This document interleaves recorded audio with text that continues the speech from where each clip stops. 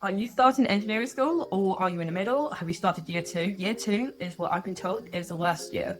Year one is for partying. Year two is when you actually start getting down to work. But wherever you are in your school degree, I've got 7 tips you should take into consideration to avoid failing. Anyway, welcome back to Jada Solves. It's me, your resident engineer, Jada. And my tips, well, if you get 2 of them right, just 2, your chances of graduating increase dramatically. Mistake number 1. Underestimating the workload. Okay, you made it to university, you've gone through Freshers Week, and it's all nice, you're starting it all up, and it seems easy. Don't let that fool you. Engineering isn't just theories, listening to the lecturer, writing down the notes and doing the homework. There's a lot more workload. Physical projects, teamwork projects, revision outside classes, lab work. Many drop out before the reality even hits. So what are you going to do to avoid underestimating? Look what your course has to offer. For each semester, what are the topics that are going to be taught? Don't be afraid to ask your lecturers what to expect for each topic and mentally prepare yourself for the workload that's going to come. In that way, you're not going to be blindsided by the intense amount of work that will be coming in the future. So then when everyone else is struggling, you're going to be lying back, relaxed. Mistake number 2, skipping the foundation. Now, in England, you have to have a certain level in order to go to university. I'm not sure about other universities in different countries, but if you don't have a strong understanding of the foundations,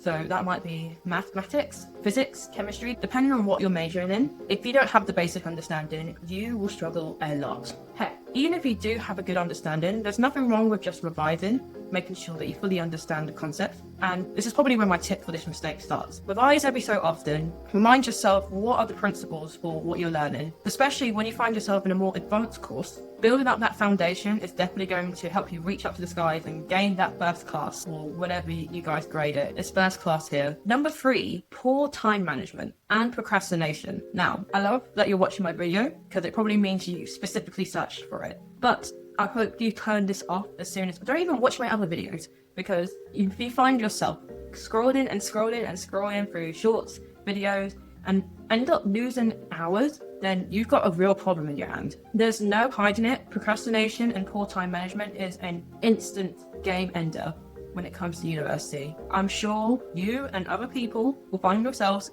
finishing an assignment 10 minutes before the deadline and wondering how you still managed to pass. Well, that's something we don't want here. And to be fair, that's exactly how I did my university. I wish someone like this had told me, or frankly, I had the willpower to just go on YouTube and figure out how to stop procrastination, because that's what I found myself doing quite a bit. Now, how can you stop yourself from procrastinating?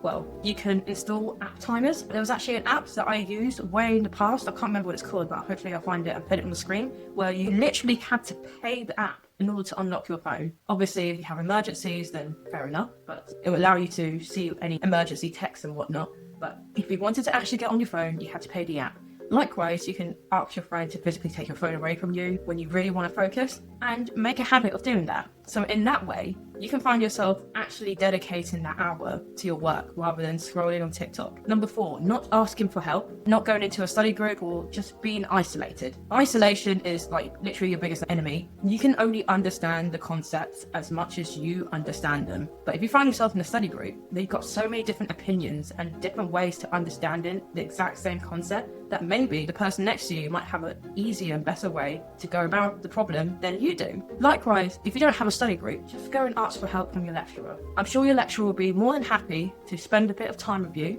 even if it's just 5-10 minutes after the class, to go over a concept that you struggle with. And also, universities tend to have a student-teacher situation where older students can then teach newer students the concepts and help with homework. Having someone to bounce your ideas off and likewise to them will give you a much wider range of answers and ideas. And before you know it, the subject's going to come to you just like that, and it will be amazing. This definitely is where people skills come in, and you will need to rely on other people. If you find yourself that you can't muster the courage to talk to your classmates or your lecturer, the internet is a wonderful place. Forums like Reddit and Quora will allow you to post questions where anonymous people can help you answer and understand the subject. There are many ways to go about looking for help. If you don't use that opportunity as soon as possible, you will find yourself lagging behind before you know it. Number 5, focusing only on grades and not understanding the concepts. Now, if you're here to just pass, what are you doing in this degree? It doesn't make sense to me to just be here to pass and not actually understand what you're learning. And I definitely get if you're going through a bit of a burnout situation, because I've had those times where I just want to pass and just get it over and done with because I wasn't feeling it, I wasn't feeling myself, and that's absolutely fine.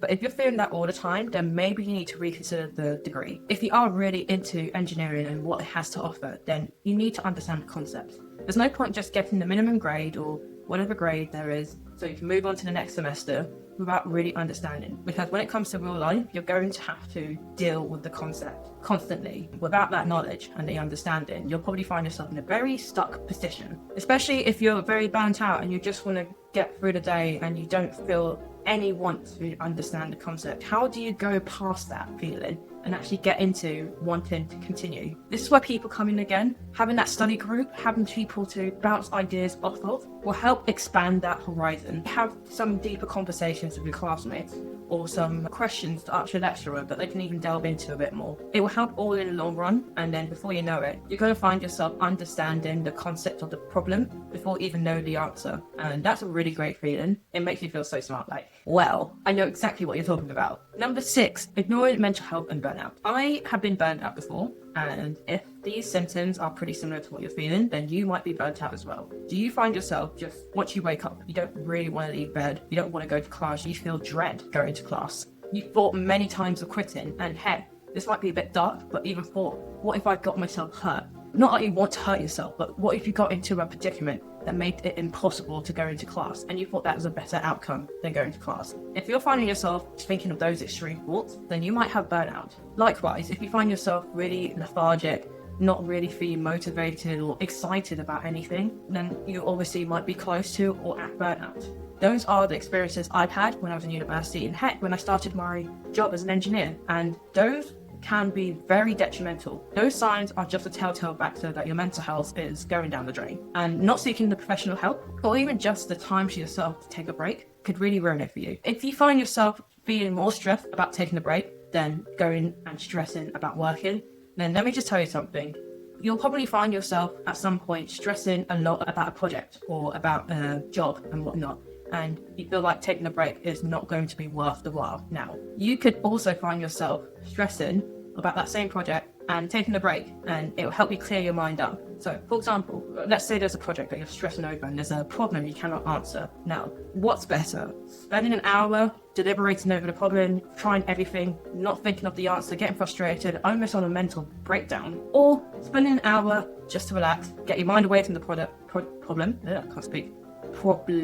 and then coming back when your brain is refreshed. 9 times out of 10, I would actually go for the stress option. I'm not a saint, I don't do things correctly all the time, but I'm learning to just spend time away from the problem, because 9 times out of 10, when I take a step away from the problem, my brain actually has space to think instead of being clouded by stress. And that's also very important. So 2 things out of this. Make sure, 1, talk to someone, especially if you find yourself at rock bottom and with nowhere else to turn. And make sure you plan rest for yourself. It's very important to make sure that your brain is clear so you can go through any problems throughout the degree, and therefore you can continue to work through it. And number 7, lack of real world experience or practical experience. Now, before you get at me, I know the job market out there, it's not great. No one seems to be taking entry-level staff, and I completely understand, but getting a job isn't the only way to have practical experience. You can do some personal projects regarding your degree, whether it's making a physical product for a mechanical/industrial design engineering role, or a coding product. It doesn't have to be a job.